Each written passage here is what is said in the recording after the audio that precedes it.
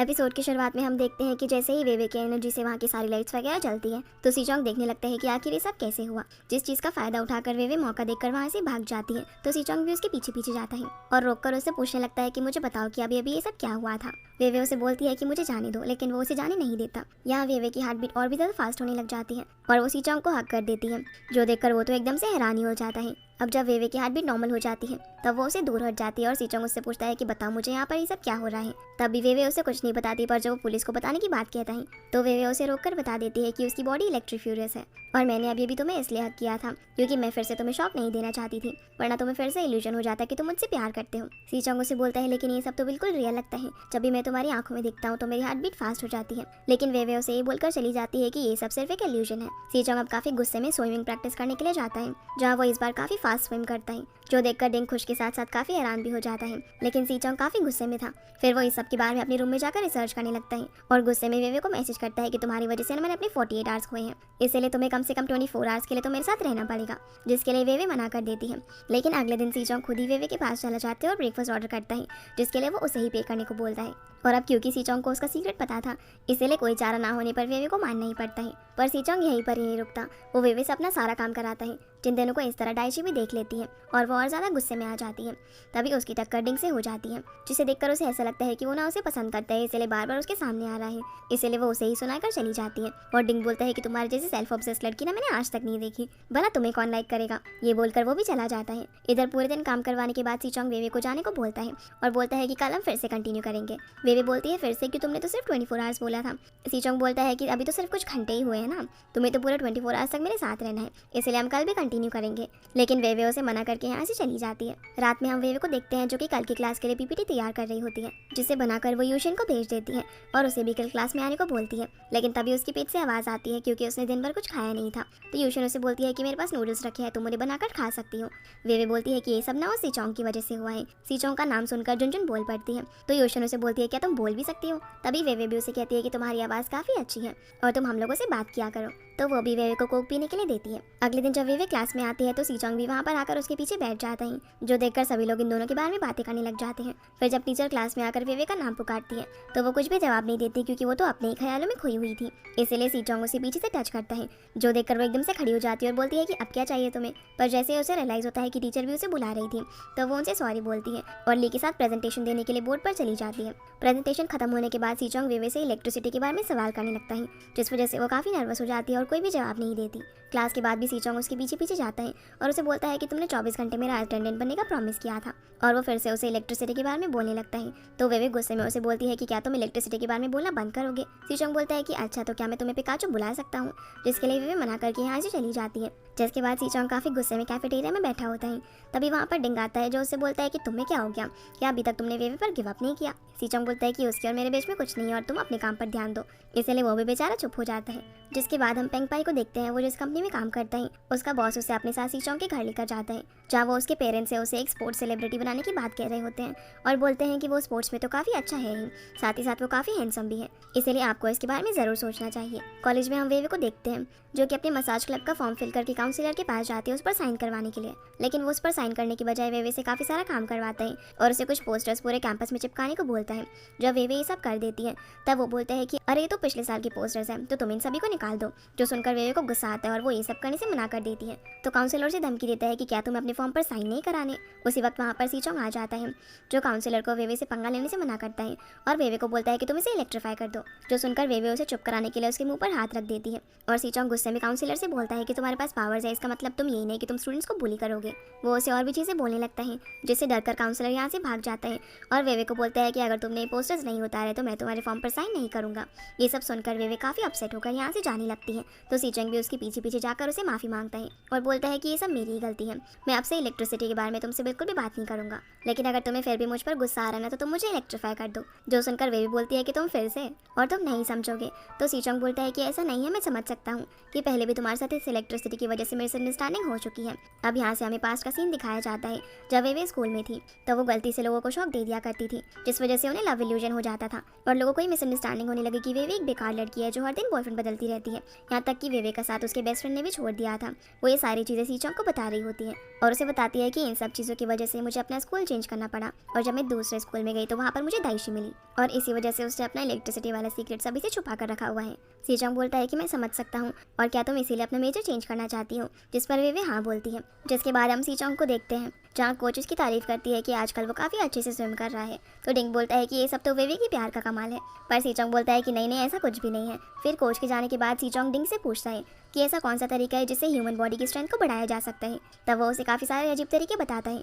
इसलिए सीचोंग इस सब के बारे में खुद ही रिसर्च करने लगता है, लेकिन फिर भी उसे कुछ नहीं मिलता और तभी उसे रियलाइज़ होता है कि जब भी वेवे उसे शॉक देती है तब वो काफ़ी फास्ट स्विम करता है। इसलिए वो रात में वेवे को कॉल करके मिलने को बुलाता है। रात में जब वेवे उससे मिलने के लिए आती है तो सीचोंग उसे टाइम रिकॉर्ड करने का बोलकर स्विमिंग करने चला जाता है और वो 51 सेकंड्स पे अपनी रेस कंप्लीट करता है, जो देखकर वेवे बोलती है कि तुमने मुझे इस काम के लिए यहाँ पर बुलाया है। तब वो उसे खुद को इलेक्ट्रीफाई करने को बोलता है, जो सुनकर वेवे कहती है कि तुम फिर से शुरू होकर यहाँ से चली जाती है। सीचोंग भी उसके पीछे पीछे जाकर उसे रोकता है। यहाँ जैसे ही वेवे उसकी बॉडी देखती है तो वो काफ़ी शर्मा जाती है और वो उसे शॉक देने से मना करने लगती है। सीचोंग बोलता है कि क्या तुम्हें डर है कि मैं फिर से तुम्हें लाइक करने लग जाऊंगा? तुम चिंता मत करो, इस बार जब तुम मुझे इलेक्ट्रीफाई करोगी ना तो मैं अपनी आंखें बंद कर लूंगा। लेकिन वेवे फिर भी उसे इलेक्ट्रीफाई करने से मना कर देती है। उसी वक्त वहाँ पर दो लड़के आ जाते हैं जो कि इन दोनों को इस तरह देखकर गलत समझने लगते हैं। तो वेवे सीचोंग को यहाँ से जाने को बोलती है, जिस बीच उससे गलती से सीचोंग का टॉवल गिर जाता है और वो सीचोंग की बॉडी देखकर फिर से ऑकवर्ड फील करने लगती है और यहाँ से जाने लगती है। लेकिन वो उसे रोक लेता है, जिससे वेवे का हाथ सीधा उसकी चेस्ट पर लगता है, जहाँ वेवे उसे बोलती है कि जब तक तुम मुझे रीज़न नहीं बताओगे तब तक मैं तुम्हें इलेक्ट्रीफाई नहीं करने वाली।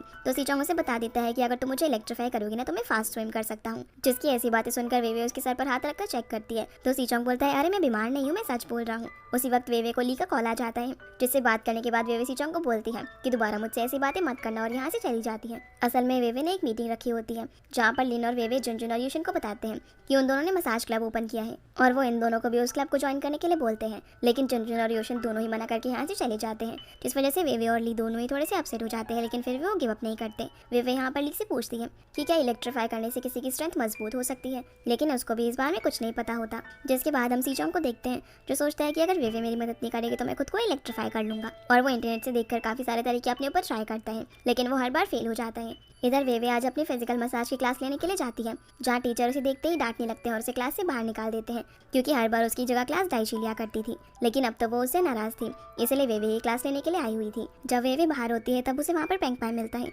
और ये दोनों कॉफी शॉप में चले जाते हैं। वेवे उसे यहाँ पर सॉरी बोलती है क्योंकि उस दिन वो सीचोंग के साथ अचानक से चली गई थी, लेकिन पेंगपाई इस बात को ज़्यादा माइंड नहीं करता और उसे बोलने लगता है कि तुम और सीचोंग काफ़ी क्लोज हो। तो क्या तुम्हें पता है कि सीचोंग ने स्विमिंग में इतना अच्छा होने के बावजूद भी नेशनल टीम ज्वाइन क्यों नहीं की? मैं जिस कंपनी में इंटर्नशिप कर रहा हूँ वहाँ के लोग गेस कर रहे थे कि इस चीज़ के सिर्फ 2 ही रीज़न हो सकते हैं, या तो उसे कोई सीरियस इंजरी हुई है या फिर वो अब्रॉड जाने के बारे में सोच रहा है। तभी वेवे को याद आता है कि सीचोंग उसे अपना घुटना टच करने नहीं दे रहा था और कल वो उसे इलेक्ट्रीफाई करके अपनी स्पीड बढ़ाने की बात कह रहा था, लेकिन वो पेंगपाई को इस सब के बारे में कुछ भी नहीं बताती और बोलती है कि मुझे नहीं मालूम। तो पेंगपाई उससे पूछता है कि क्या तुम कल फ्री हो, जिस पर वेवे हाँ बोल देती है। पेंगपाई कहता है ठीक है तो फिर हम कल मूवी देखने के लिए चलते हैं, जिस पर वेवे भी मान जाती है। इधर हम सीचोंग को देखते हैं जो कि वेवे के मैसेज के रिप्लाई का वेट कर रहा होता है। तभी उसे बाहर ली मिलता है तो वो उससे पूछता है कि क्या तुम्हें पता है कि वेवे कहाँ पर है? तो वो उसे बता देता है कि वो तो कैफे में है। इसलिए सीचोंग भागकर वहाँ पर पहुंच जाता है और वेवे से बोलता है कि तुम भला मेरे मैसेज का जवाब क्यों नहीं दे रही थी? पर जैसे ही वो पेंगपाई को देखता है तो चुप हो जाता है और वेवे के साइड में आकर बैठ जाता है। पेंगपाई उसे अपनी कंपनी का कार्ड देते हुए बताता है कि हमारी कंपनी तुम्हें एक सेलिब्रिटी एथलीट बनाना चाहती है, तो इसके बारे में तुम्हारा क्या ख्याल है? सीचोंग उसे बोलता है कि मेरा तो सिर्फ एक ही सपना है कि मैं ओलंपिक्स में जाना चाहता हूँ। पेंगपाई उसे बोलता है कि एक एथलीट की लाइफ काफ़ी रिस्की होती है, क्योंकि अगर उसे एक भी इंजरी हुई तो उसका पूरा करियर खराब हो जाता है, इसलिए तुम्हें इस ऑप्शन को भी कंसिडर करना चाहिए। तो सीचोंग बोलता है कि रिस्क तो हर चीज़ में होता है और उसे मना करके यहाँ से जाने लगता है। जाते जाते वो वेवे को भी अपने साथ ले जाता है। बाहर आकर वेवे उसे बेवकूफ़ बोलती है क्योंकि उसने इतनी अच्छी अपॉर्चुनिटी ठुकरा दी थी और पूछती है कि क्या तुम मुझसे कुछ छुपा तो नहीं रहे? तो सीचोंग उसे पकड़कर एक जगह पर लेकर जाता है। वो उसे बताता है कि मैंने यहाँ के डॉक्टर से बात करके खुद को इलेक्ट्रीफाई करने के लिए मशीन उधार ली है। ये सब बताकर वो खुद को मशीन से थेरेपी देने लगता है, जिसमें वेवे उसकी मदद करती है, जो देखकर सीचोंग बोलता है कि तुम तो थेरेपी के लिए परफेक्ट हो। जो सुनकर वेवे उसकी तरफ देखती है और क्योंकि ये दोनों एक दूसरे के काफ़ी क्लोज थे तो वेवे काफ़ी नर्वस होकर दूर हो जाती है और उसे बोलती है कि तुम मुझे ये बताओ कि तुमने अभी तक नेशनल टीम ज्वाइन क्यों नहीं की? क्या तुम मुझसे कुछ छुपा रहे हो? लेकिन सीचोंग उसकी बात को टाल देता है। तो वेवे उसे अपनी वॉच पहनाती है और बोलती है कि अगर तुम झूठ बोलोगे तो तुम्हारी हार्ट बीट फास्ट हो जाएगी, जिससे मुझे पता चल जाएगा। इसलिए अब तुम मेरी आंखों में देखकर मुझे सच बताओ कि क्या तुम्हारी बॉडी ठीक है? सीचोंग जैसे ही उसकी आंखों में देखता है तब उसकी हार्ट बीट फास्ट होने लग जाती है और जब वो बोलता है कि उसकी बॉडी ठीक है तो उसकी हार्ट बीट और भी ज़्यादा फास्ट हो जाती है, जिस चीज़ को वेवे ना देख ले। इसलिए वो उसकी आंखों पर हाथ रख देता है और दोनों ही बेड पर गिर जाते हैं, जिससे इन दोनों का एक क्यूट सा मूवमेंट बन जाता है। और सीचोंग यहाँ पर वेवे को देखे जा रहा था, लेकिन वेवे उसे दूर हटाकर यहाँ से गुस्से में जाने लगती है। सीचोंग बाहर जाकर उसे किसी तरह से रोकता है और बोलता है कि मैंने ये सब सब जानबूझकर नहीं किया और वो उसे खुद को इलेक्ट्रीफाई करने को भी बोलता है, लेकिन वेवे मना कर देती है और उससे अपनी वॉच वापस मांगती है। तो सी चोंग अपना हाथ ऊपर कर लेता है और बोलता है कि जब तक तुम मुझे इलेक्ट्रीफाई नहीं करोगी तब तक तुम्हें वापस नहीं मिलेगी। वेवे उससे वॉच छीनने की कोशिश करती है, जिस वजह से वो फिर से उसके काफी क्लोज आ जाती है और नर्वस हो जाती है, जो देखकर सी चोंग उसे वॉच वापस कर देता है। तो वेवे उसे कहती है कि तुम भला खुद को इलेक्ट्रीफाई क्यों नहीं कर लेते। सी चोंग बोलता है कि जब तुम मुझे इलेक्ट्रीफाई करती हो ना तभी मेरी स्विमिंग स्पीड फास्ट होती है। वेवे उसे बोलती है कि ऐसी बात नहीं है कि मैं तुम्हारी मदद नहीं करना चाहती, लेकिन मैंने कभी भी एक ही पर्सन को बार बार इलेक्ट्रीफाई नहीं किया है। तुमने देखा था ना कि पिछली बार जब मैंने तुम्हें फिर से इलेक्ट्रीफाई किया था तब तुम्हारी आवाज खराब हो गई थी। तो सी चोंग उसे बोलता है कि तुम चिंता मत करो, जो कुछ भी होगा वो सब मैं खुद ही हैंडल कर लूंगा, उस सब की रिस्पॉन्सिबिलिटी तुम्हें लेने की जरूरत नहीं है। वेवे फिर भी नहीं मान रही होती, तो सी चोंग उसे पकड़कर बोलता है कि प्लीज मेरी मदद करो, स्विमिंग मेरे लिए बहुत ज्यादा इंपॉर्टेंट है। जिसकी ऐसी बातें सुनकर वेवे मान जाती है और वो उसे बास्केटबॉल कोर्ट में लेकर जाती है इलेक्ट्रीफाई करने के लिए, जहाँ वो कभी कूद कर तो कभी उछल कर अपनी हार्ट बीट फास्ट करने की कोशिश करती है, लेकिन कुछ भी नहीं हो रहा था। इसीलिए सी चोंग उसे एकदम से अपने पास खींच लेता है, जिस वजह से वेवे की हार्ट बीट फास्ट होने लगती है और वो भी अचानक से आंख बंद करके उसे हक कर लेती है ताकि शॉक लगते टाइम सी चोंग उसकी आंखों में ना देखे। अब जैसे ही सी चोंग को शॉक लगता है तो उसके बाल भी खड़े हो जाते हैं और वो फटाफट से वेवे को प्रैक्टिस करवाने के लिए लेकर जाता है, जहाँ वो काफी फास्ट स्विम करता है। इसके बाद वो वेवे को डिनर के लिए लेकर जाता है और उसे बोलता है कि अपने आप को चार्ज कर लो, क्या पता फ्यूचर में तुम्हारी एनर्जी खत्म हो जाए और तुम मुझे इलेक्ट्रीफाई ना कर पाओ। वेवे बोलती है कि तुम मुझ पर तो शक कर सकते हो, लेकिन मेरी इलेक्ट्रिसिटी पर ना कभी भी शक मत करना। सी चोंग बोलता है कि हाँ हाँ ठीक है, और फिर वो उसे अपने हाथों से खिलाने लगता है, जो देखकर वेवे उसे घूरती है और खुद ही खाना खाने लग जाती है, पर खाते वक्त उसके मुंह पर खाना लग जाता है। तो सी चोंग उसे अपने हाथों से साफ कर देता है, जो देखकर वेवे उसे देखती रह जाती है। रात में हम डिंग को देखते हैं, जो कि सी चोंग से मूवी देखने चलने के लिए पूछता है। सी चोंग पहले तो उस मूवी के बारे में सर्च करने लगता है, लेकिन फिर वो उसे मना कर देता है और अगले दिन वो वेवे के पास जाकर उसे बोलता है कि मैं तुम्हें थैंक्स कहने के लिए मूवी दिखाने के लिए लेकर चलता हूँ। इससे पहले कि वेवे कुछ बोल पाती वहाँ पर पेंगपाई आ जाता है, क्योंकि वो भी वेवे को मूवी दिखाने के लिए ले जाने वाला था, जो देखकर सी चोंग जेलस होता है और पूछता है कि तुम कौन से टाइम स्लॉट में जाने वाले हो। तो वेवे कहती है कि क्यों ना हम तीनों साथ में चले, वैसे भी अभी हम लोगों ने टिकट्स बुक नहीं की है और अब ये तीनों ही साथ में मूवी देखने के लिए जाते हैं, जहाँ वेवे इन दोनों के बीच में बैठती है। मूवी के बीच में जब पेंगपाई वॉशरूम जाता है तभी वेवे को नींद आने लग जाती है, इसलिए सी चोंग उसका सर अपने कंधे पर रख देता है, जो चीज जब वापस आकर पेंगपाई देखता है तब वो जेलसी की वजह से वेवे को उठा देता है और यहाँ ये दोनों ही राइवल्स एक दूसरे को घूरने लगते हैं। मूवी के बाद जब ये लोग वापस आ रहे होते हैं तो सी चोंग रास्ते में वेवे को चिढ़ाने लगता है कि तुम तो आधी से ज्यादा मूवी में सोती रही थी। वेवे मना करने लगती है और दोनों एक दूसरे से फनी वे में बहस कर रहे होते हैं। तभी पेंगपाई बोल देता है कि वेवे को मूवी देखना पसंद नहीं है, वो तो थिएटर इसलिए जाती है क्योंकि वहाँ का एटमॉस्फेयर ना उसे बहुत ही रिलैक्स फील कराता है, जो सुनकर सी चोंग फिर से जेलस हो जाता है कि पेंगपाई तो पहले से उसके बारे में काफी सारी चीजें जानता है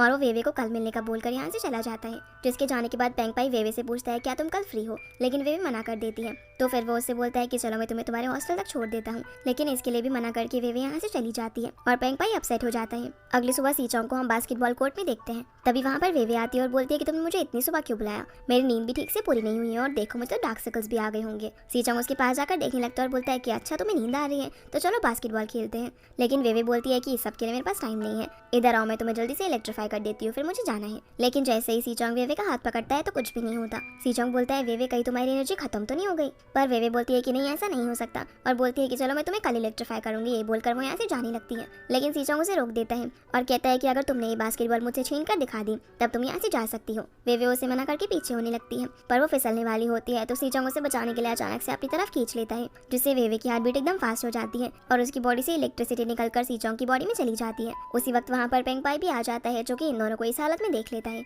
जिसे देखकर ये दोनों भी पीछे हो जाते हैं और सी चोंग बोलता है कि वेवे तुम्हारे अंदर तो काफी ज्यादा इलेक्ट्रिसिटी है। वेवे अब यहाँ से चली जाती है और पेंगपाई भी उसके पीछे पीछे जाता है। सी चोंग भी उनके पीछे जाने वाला था, लेकिन तभी उसे एक कॉल आ जाता है, इसलिए वो यहाँ से चला जाता है। असल में उसका एक फ्रेंड भी कॉलेज में एक क्लब बनाना चाहता था, पर जो काउंसलर होता है वो बोलता है कि अगर सी चोंग मुझसे माफी मांगेगा ना तभी मैं तुम्हारे पेपर्स पर साइन करूंगा, पर सी चोंग ऐसा करने से मना कर देता है। जिसके बाद हम वेवे को देखते हैं, जो पेंगपाई से बोलती है कि अच्छा तुम्हें मेरा सीक्रेट हाई स्कूल से ही पता है, जिस पर वो हाँ बोलता है और बोलता है कि मैंने तुम्हें स्कूल में एक दिन वीडियो गेम्स चार्ज करते हुए देखा था। फिर वो उससे पूछता है कि क्या सी चोंग को भी इस बारे में पता है, तो वेवे हाँ बोल देती है, लेकिन चिंता मत करो वो किसी को नहीं बताएगा। पेंगपाई बोलता है कि क्या तुम्हें उस पर इतना ट्रस्ट है क्योंकि वो तुम्हें लाइक करता है इसलिए। अब वेवे पहले तो उसे बताने लगती है कि वो सब तो शौक की वजह से हुआ था, लेकिन फिर वो इन सब बातों को टालकर उसे बाय बोल के चली जाती है। जब वो सी चोंग के पास होती है तब उसे बता देती है कि पेंगपाई को भी उसके सीक्रेट के बारे में हाई स्कूल से ही पता है। तो वो बोलता है कि अच्छा क्या तुम्हें उस पर ट्रस्ट है कि वो किसी को नहीं बताएगा। वेवे कहती है कि कम से कम वो तुम्हारी तरह तो नहीं है जो इलेक्ट्रिसिटी बोलकर पूरे कैंपस में ढिंडोरा पीट देगा। तभी सी चोंग उसके पास जाकर उसे बोलता है कि तुम चिंता मत करो, मैं तुम्हारे सीक्रेट के बारे में किसी को भी नहीं बताऊंगा और अगर किसी ने तुम्हें बुली किया ना तो मैं उसे छोड़ूंगा नहीं। ये बोलकर वो उसके कंधे पर हाथ रख देता है। वेवे बोलती है ये क्या कर रहे हो तुम, और उसका हाथ हटाने लगती है, लेकिन सी चोंग अपना हाथ नहीं हटाता और उसे झटके से अपनी तरफ खींच लेता है, जहाँ दोनों एक दूसरे को देखते रह जाते हैं, लेकिन फिर ऑकवर्ड होकर दूर हो जाते हैं। रात में सी चोंग यूनियन एसोसिएशन के अकाउंट बुक चेक कर रहा होता है, जिसमें वो अपनी मॉम की भी हेल्प मांगता है, जिससे उसकी मॉम समझ जाती है कि वो वेवे के लिए ये सब कर रहा है। अगले दिन स्विमिंग प्रैक्टिस के टाइम सीचोंग का परफॉर्मेंस बिल्कुल भी अच्छा नहीं होता, जिस वजह से कोच उसे डांटने लगती है और बोलती है कि कल रात आके तुम क्या कर रहे थे, देखो तुम्हारे डार्क सर्कल्स भी नजर आ रहे हैं। आगे सीचोंग डिंग को इस बारे में बता देता है कि कल रात वो स्टूडेंट यूनियन के अकाउंट्स को चेक कर रहा था, जिसमें उसने स्टूडेंट्स के पैसों की हेराफेरी की हुई है। शाहरुख उससे पूछता है कि ये सब तुम किस लिए कर रहे हो, तो डिंग उसे बता देता है कि ये सब तो वो वेवे के लिए कर रहा है, जिस पर सीचोंग उसे डांट कर चला जाता है। जिसके बाद हम वेवे और ली को देखते हैं, जो कि टीचर के पास अपना मसाज क्लब फॉर्म सबमिट कराने के लिए जाते हैं, लेकिन टीचर उसे एक्सेप्ट नहीं कर रहे होते क्योंकि उस पर काउंसलर के साइन नहीं थे। वो लोग उसे बताने की कोशिश करते हैं कि उन लोगों ने काउंसलर से साइन करने के लिए कहा, लेकिन वो उन लोगों की बात नहीं मान रहा। तो टीचर बोलते हैं कि बिना काउंसलर के सिग्नेचर के मैं तुम्हारा फॉर्म सबमिट नहीं कर सकती। जो सुनकर वेवे फिर से काउंसलर से बात करने के लिए जाती है, लेकिन वो तो उसे ऐसे इग्नोर कर देता है जैसे कि वो यहाँ पर है ही नहीं। जो चीज़ दूर से खड़ी होकर दाइशी भी देख रही थी, इसलिए वो उस काउंसलर को कैंटीन तक फॉलो करती है और उसके ऊपर जानबूझकर ड्रिंक गिरा देती है वेवे का बदला लेने के लिए। जो चीज़ डिंग भी देख लेता है और वो उसके पीछे पीछे आकर उसे बोलता है कि क्या ये सब तुमने वेवे के लिए किया है, लेकिन वो उसे कुछ नहीं बोलती। यहाँ पर वो उसे ये भी बता देता है कि वेवे मसाज क्लब खोल रही है। जो सुनकर दाइशी को गुस्सा आ जाता है कि वो उसको कुछ भी नहीं बता रही और वो यहाँ से जाने लगती है। डिंग भी उसके साथ साथ जाता है और बोलता है कि चलो डिनर पर चलते हैं। इधर हम वेवे को देखते हैं, जो बेचारी काफी परेशान बैठी हुई थी क्योंकि उसे समझ नहीं आ रहा था कि अब वो क्या करे। तभी उसके पास डिंग का मैसेज आता है, जो उसे बता देता है कि कैसे दाइशी ने काउंसलर से उसका बदला लिया और तुम दोनों के बीच में जो भी प्रॉब्लम है उसे सॉल्व कर लो, क्योंकि तुम्हारे बिना दाइशी भी काफी दुखी है। वेवे अब सीधा कैफे में जाती है, जहाँ जाकर वो दाइशी के लिए एक स्ट्रॉबेरी केक ऑर्डर कर देती है क्योंकि ये उसका फेवरेट था।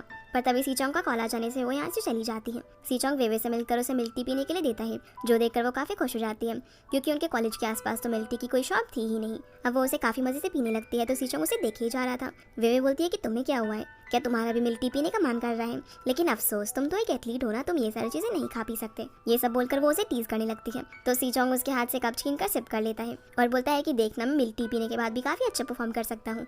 जो सुनकर वेवे उसे देखने लगती है और फिर बोलती है कि अरे तुमने तो इसे झूठा कर दिया, मैं इसे कैसे पीऊंगी। सीचोंग अब उसे डॉम के बाहर तक छोड़ने के लिए आता है, तो वेवे उसे बोलती है कि अगर तुम्हें अगली बार मिल्क टी पीना हो ना तो अपने लिए अलग लेकर आना। ये सब बताते हुए ड्यूरियन कैंडी पील कर रही होती है। तो सीचोंग भी यहाँ से जाने लगता है और बोलता है कि मैं तुमसे बाद में मिलूंगा, लेकिन वो उसे बाद में मिलने से मना करती है और बोलती है कि मैं काफी बिजी हूँ। तो सीचोंग बोलता है कि क्योंकि हम दोनों फ्रेंड्स नहीं है। वेवे बोलती है कि हम दोनों तो काफी अलग हैं, तो भला हम फ्रेंड्स कैसे हो सकते हैं। जो सुनकर सीचोंग उसके हाथ से ड्यूरियन कैंडी लेकर खा लेता है, जिसका टेस्ट उसे काफी बेकार लगता है, लेकिन फिर भी वो उसे खाने लगता है और बोलता है कि अब तो हम फ्रेंड्स हुए ना। ये बोलकर वो यहाँ से चला जाता है। जो देखकर वेवे भी काफी खुश होने लगती है, लेकिन फिर वो किसी तरह से खुद को कंट्रोल करती है। अगले सीन में हम दाइशी को देखते हैं, जो कि अपना स्ट्रॉबेरी केक पिक करने के लिए आती है, लेकिन उसे पता नहीं था कि ये किसने उसके लिए ऑर्डर किया है। इसलिए वो जब डिंग को वहाँ पर बैठा हुआ देखती है तो उसे लगता है कि शायद उसने ही उसके लिए ऑर्डर किया होगा। वो उसके पास जाकर बोलती है कि ये सारी ना काफ़ी पुरानी ट्रिक्स हैं, मुझे पता है कि मेरी जैसी लड़की ना तुम्हारी ड्रीम गर्ल होगी, लेकिन अपनी फीलिंग्स को थोड़ा संभाल कर रखो। जो सुनकर डिंग बोलता है कि आखिर तुम ये सब क्या बकवास कर रही हो, क्या तुम केक के बहाने मुझ पर लाइन मार रही हो।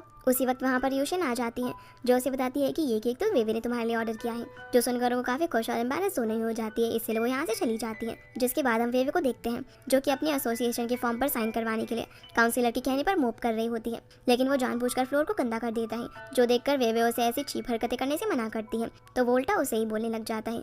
उसी वक्त वहाँ पर पेंग पाई आ जाता है और वो काउंसिलर को वेवे को बुली करने से मना करता है। जो देखकर काउंसिलर बोलता है कि वेवे तुम्हारे कितने बॉयफ्रेंड्स हैं और तुम्हें तो मैं बाद में देख लूंगा। ये बोलकर वो यहाँ से चला जाता है। वेवे पेंग पाई को उसकी मदद करने के लिए थैंक्स बोलती है, तो वो उसे उसकी फेवरेट ड्यूरियन कैंडी देता है और फिर वो उसे अपने साथ लाइब्रेरी चलने के लिए पूछता है, जिस पर वो मान जाती है। इधर सीचोंग यूनियन एसोसिएशन की अकाउंट बुक लाकर टीचर को दिखा देता है, जिससे टीचर को पता चल जाता है कि कैसे यूनियन काउंसिलर पैसों की हेराफेरी कर रहा है, और वो इस चीज को रिपोर्ट करने के लिए सीचोंग को थैंक यू भी बोलती है। सीचोंग अब वेवे को कॉल लगाता है, लेकिन उसका कॉल पेंग पाई उठाता है क्योंकि वेवे लाइब्रेरी में बैठकर सो गई थी। वेवे का कॉल पेंग पाई को उठाता हुआ देखकर सीचोंग को काफी ज्यादा गुस्सा आ जाता है और वो उसके डॉम के बाहर ही जाकर उसका वेट करने लगता है। पेंग पाई जब वेवे को डॉम तक छोड़ने के लिए आता है, तो वहाँ वो उसे उन ग्लव्स को देता है जो कि उसने हाई स्कूल से उसके लिए संभाल कर रखे थे। वेवे उसे लेने से मना कर देती है, लेकिन उसके रिक्वेस्ट करने पर वो मान जाती है। जो चीज़ दूर से सीचोंग भी देख रहा था, और वो जेलस होकर वेवे को अपने साथ ले जाते हैं। जहाँ वो उससे पूछता है कि तुम दिन में पेंग पाई के साथ कहाँ पर थी, तब वो उसे बता देती है कि मैं लाइब्रेरी में थी जहाँ मुझे नींद आ गई थी। अब यहाँ जैसे ही सीचोंग उसे काउंसलर वाली बात बताने वाला होता है, तभी वो देखते हैं कि वेवे तो पेंग पाई के दिए हुए ग्लव्स को देख रही होती है, जो देखकर उसे काफी जेलसी फील होती है और वो उसके हाथ से उन ग्लव्स को छीन लेता है। वेवे उसे वापस देने को बोलती है, लेकिन वो मना कर देता है, तो वो उसे बोलती है कि पेंग पाई ना कभी भी तुम्हारी तरह हरकतें नहीं करता। जो सुनकर सीचोंग को और ज्यादा गुस्सा आ जाता है और वो उन ग्लव्स को पूल में फेंक देता है। वेवे उसकी ऐसी हरकतें देखकर बोलती है कि क्या कभी तुम मैच्योर लोगों की तरह एक्ट कर सकते हो, और वो भी नाराज होकर यहाँ से चली जाती है। सीचोंग काफ़ी गुस्से में तो था ही, इसलिए वो पूल में कूदकर उन ग्लव्स को ढूंढने लगता है जो कि उसे आखिर में मिल जाते हैं। फिर वो काफ़ी गुस्से में अपने रूम में आता है जहाँ वो देखता है कि उसका फ़ोन भी पानी में भीगने से ख़राब हो गया था और वो खुद से बोलता है कि आखिर मैं ये सब क्या कर रहा हूँ। इसी के साथ ये एपिसोड यहीं पर खत्म हो जाता है। तो गाइस ये थी आज की वीडियो एंड आई होप आप लोग को ये वीडियो पसंद आई होगी, तो इस वीडियो को लाइक कर चैनल को सब्सक्राइब जरूर कीजिएगा। आपसे फिर मिलते हैं अगले एपिसोड में।